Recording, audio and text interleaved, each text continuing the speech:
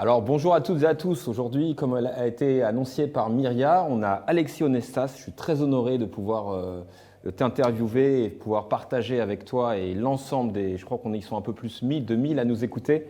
L'enjeu, ça va être de partager avec eux finalement ton parcours, ton parcours qui est inspirant. Je crois qu'on peut dire que tu es un serial entrepreneur. On peut dire ça, oui. On peut Clairement, dire ça, clairement. carrément, totalement. En quelques mots, tu as lancé un magazine qui s'appelle Au Maximum.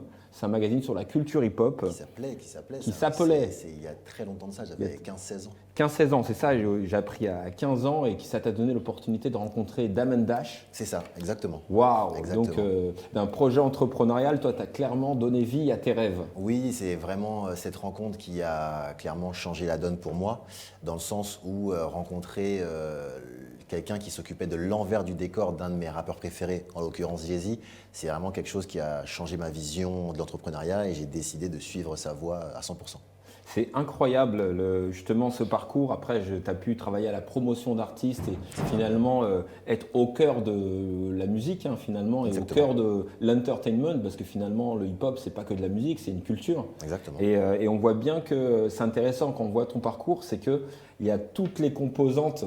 Plutôt, tu as essayé à chaque fois de développer différentes composantes, c'est un univers autour de, je dirais, on peut appeler ça l'univers Omax.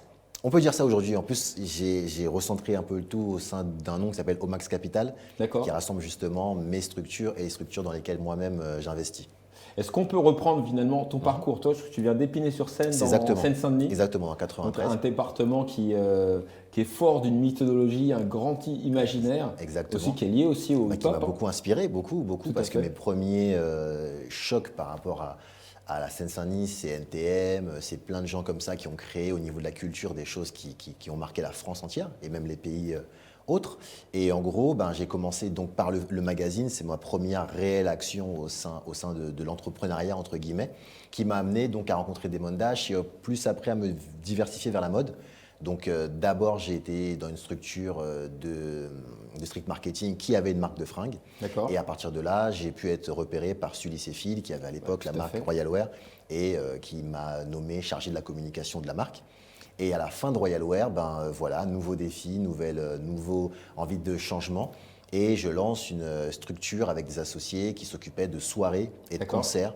Donc on a fait plein de concerts d'artistes US, plein de concerts d'artistes afro-caribéens à l'Élysée-Montmartre, au Bataclan, etc. Avant de rentrer dans le détail, bien sûr. Ça m'intéresse de savoir comment, à 15 ans, on se dit je vais créer un magazine. Est-ce que là, tu te vivais déjà comme un entrepreneur? Oui, parce que c'était un projet. D'accord. Et en fait, c'était un projet et j'avais envie d'aller au bout de ce projet-là. Le projet est venu simplement, c'est-à-dire que j'étais vraiment fan de la presse à l'époque et je la trouvais, malgré tout, j'avais des critiques envers cette presse-là. Donc j'ai voulu donner ma propre vision des choses. Et donc je lance Au Maximum à ce moment-là. Et oui, c'était un projet, j'avais envie vraiment d'aller au bout. Et je me sentais réellement entrepreneur à ce moment-là. Parce que j'ai dû trouver des fonds, j'ai dû trouver une manière d'imprimer les magazines, de les distribuer, de même de les agrafer. Exactement. Et c'était quelque chose très très jeune déjà, j'avais déjà cette vision des choses d'aller plus loin. Mais comment ça se fait? Autour de toi, tu avais des entrepreneurs dans ta famille, autour de toi, dans ton quartier? Non, pas du tout. En fait, franchement, sincèrement, c'est aussi cette culture hip-hop aussi. Dans le sens où le do it yourself, comme on dit, c'est tu as envie de faire quelque chose, au lieu de critiquer les autres, au lieu de te contenter de choses que tu n'apprécies pas, fais-le à ta propre manière. Ça, c'est fort, parce que quand tu as présenté, tu as dit « je voulais partager ma vision ». Exactement, c'était exactement ça. Et après, ce qui est intéressant aujourd'hui, c'est qu'il faut vraiment expliquer aux plus jeunes qu'Au Maximum, c'était mon projet, mais ce n'était pas un super magazine. Il y avait des fautes. C'était mal écrit. C'était un magazine d'un adolescent de 15 ans. Donc il y avait des fautes, c'était en noir et blanc, c'était mal écrit, il y avait plein de choses. Mais je ne me suis pas arrêté à l'avis des autres. À l'époque, il n'y avait pas encore les réseaux sociaux, donc je n'ai pas eu à chercher les likes, je n'ai pas eu à chercher ce genre de choses.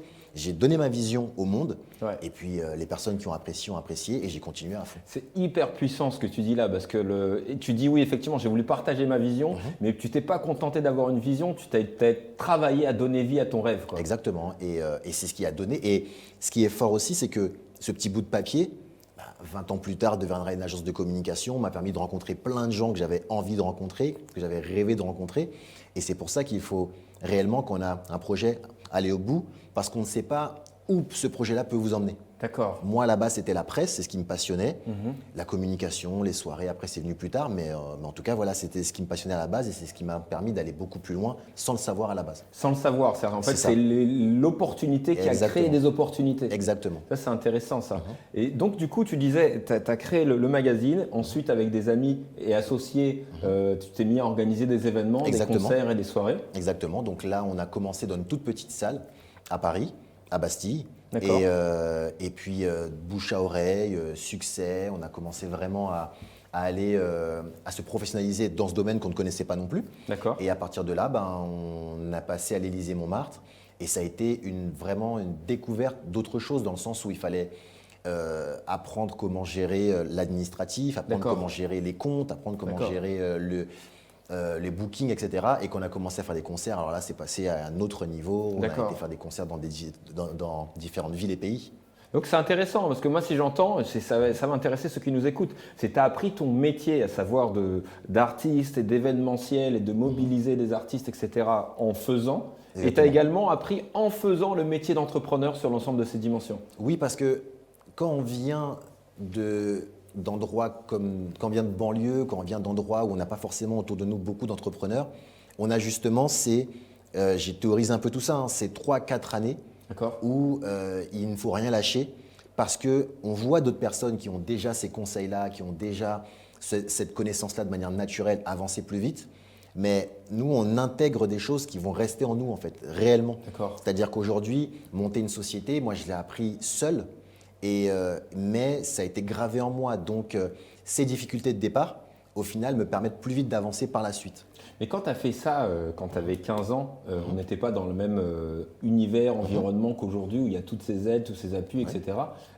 Comment ça s'est concrétisé autour de toi? Comment les gens ont vu ta démarche? Ils t'ont pris pour un fou? Ils t'ont encouragé? Oui, clairement. Et ce qui est drôle aujourd'hui, c'est de recroiser des amis d'enfance qui disent « Ah, bah tiens, je le savais que tu avais quand même ces étoiles dans les yeux quand il fallait aller à Paris. » Parce qu'à l'époque, voilà, j'avais 15 ans, aller à Paris, c'était un vrai parcours.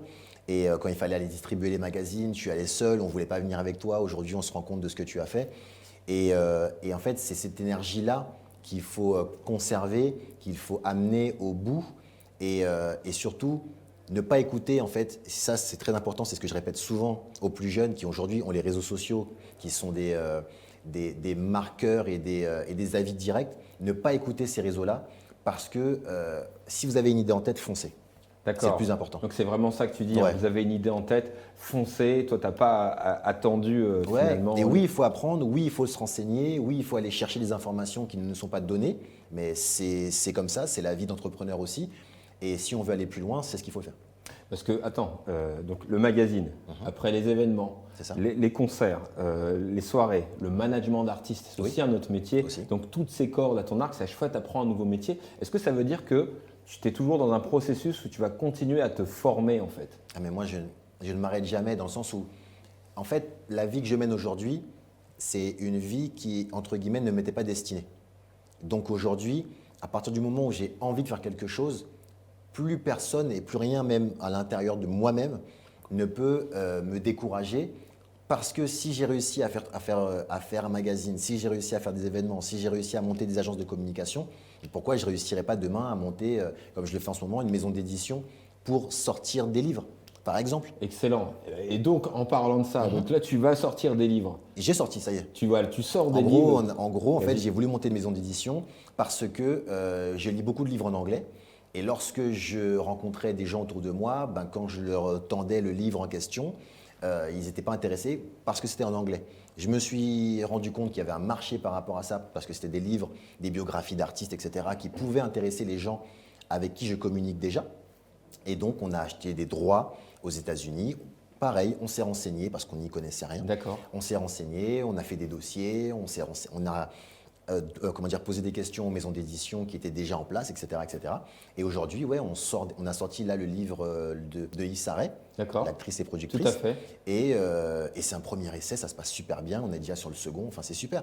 C'est énorme, hein, parce que moi je t'écoute, je vois toujours le grand écart entre une vision, une ambition qui est folle, mais dans le bon sens du terme, sans borne, on va dire. Voilà, exactement. Et à côté, il y a quand même l'humilité de toujours aller poser la question à ceux qui savent, finalement. Exactement, oui, toujours. Parce que moi, je suis quelqu'un, comme je l'ai dit, qui lit beaucoup de biographies. D'accord. Et en fait, en réalité, on n'invente rien. D'autres personnes avant moi ont monté des agences de communication, d'autres personnes avant moi ont fait des événements, d'autres personnes avant moi ont fait tout ça. D'accord. Donc, autant aller puiser en fait humblement dans le parcours d'autres qui ont été beaucoup plus loin déjà que moi. Excellent, excellent. Et donc, c'est intéressant. Tu as créé aussi, hein, ce que je vois, c'est que tu as commencé par dire je voulais partager ma vision, tu as créé un magazine et maintenant tu partages les livres pour partager la vision, des choses qui t'ont plu. Exactement. Donc c'est quand même un fil conducteur. Oui, tu restes droit dans tes bottes. L'idée, c'est d'échanger en réalité. Ouais. C'est comme la communication.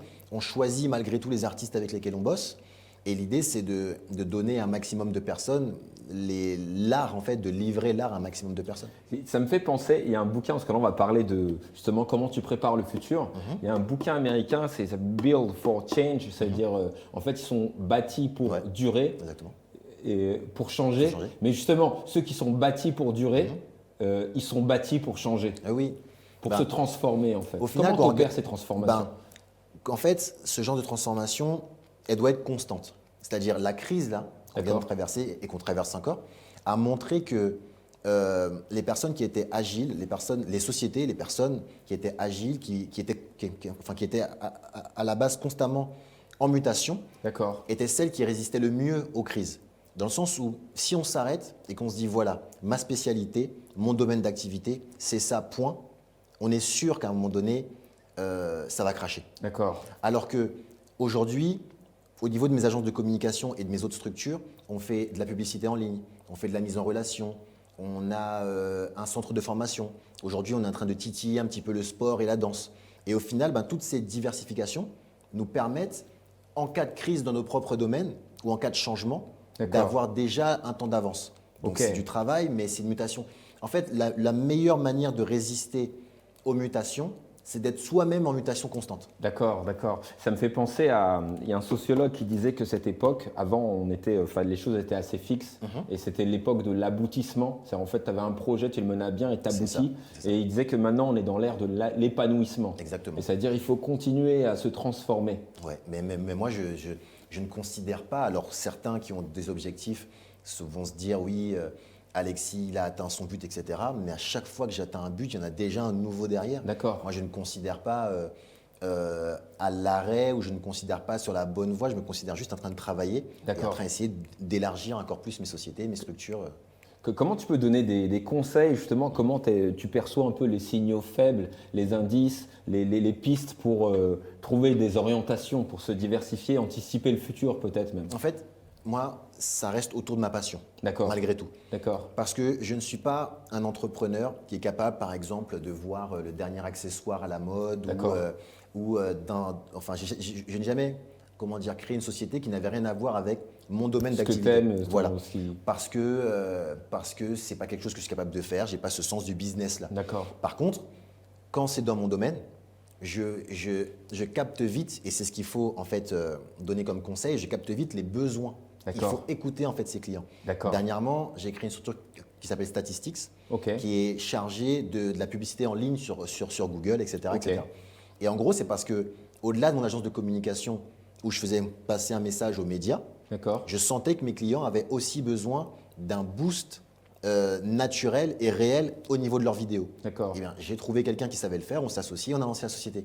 Et c'est cette écoute-là qui permet de créer des choses intéressantes. Moi, j'entends deux choses. J'entends, tu dis je sentais, donc il y a quelque chose qui est quand même, c'est presque de l'instinct, mais en tout cas, c'est beaucoup d'écoute. Beaucoup d'écoute. C'est ça. Et en fait, c'est une écoute active, quoi. Exactement, et c'est limite de la veille. La veille. Donc, c'est en veille constante. Il y a aussi un autre sujet, moi, que j'entends, donc cette idée de écoute active, veille constante, et aussi, tu as dit, j'ai cherché quelqu'un qui savait faire. C'est ça, les jeunes. Moi, c'est quelque chose que je regrette beaucoup dans nos sociétés de manière générale, c'est de ne pas laisser assez de place aux jeunes, mais d'un point de vue cadre. Souvent, en fait, les grands patrons entre guillemets, dans le bon sens du terme, mais puise l'énergie parce que justement, quand on est jeune, on est actif, on a du temps, etc. Mais il faudrait laisser les jeunes prendre beaucoup plus de décisions au sein de la société parce que c'est eux réellement qui ont l'avenir en tête, c'est eux qui ont des solutions directes et c'est eux qui nous permettront, au moment où on est à l'instant T, d'écrire déjà le futur. Parce que toutes les réflexions sont autour du futur. Ok, super. En fait, l'enjeu, finalement, le conseil que tu dis, c'est s'inspirer, en fait, avoir d'autres. Parce qu'au-delà des jeunes, moi j'entends effectivement la jeunesse, mais finalement, c'est d'autres visions du monde. Exactement. Pour enrichir, Exactement. en fait. Exactement. Mais quand on commence à entreprendre, à être un petit peu installé, à avoir des réflexes, malgré tout, c'est la jeunesse qui vient donner un coup de fraîcheur à tout ça. Et c'est les avis extérieurs qui viennent revigorer un peu les idées. Merci beaucoup, Alexis Onestas. Franchement, c'est au max de la Maxence. Merci. Donc, franchement, c'était une super rencontre. Je suis sûr que tu as inspiré énormément de. J'espère. Et en tout cas, là, sur la seconde séquence, on va parler du futur avec 2 personnes qui vont venir nous rejoindre. À tout de suite.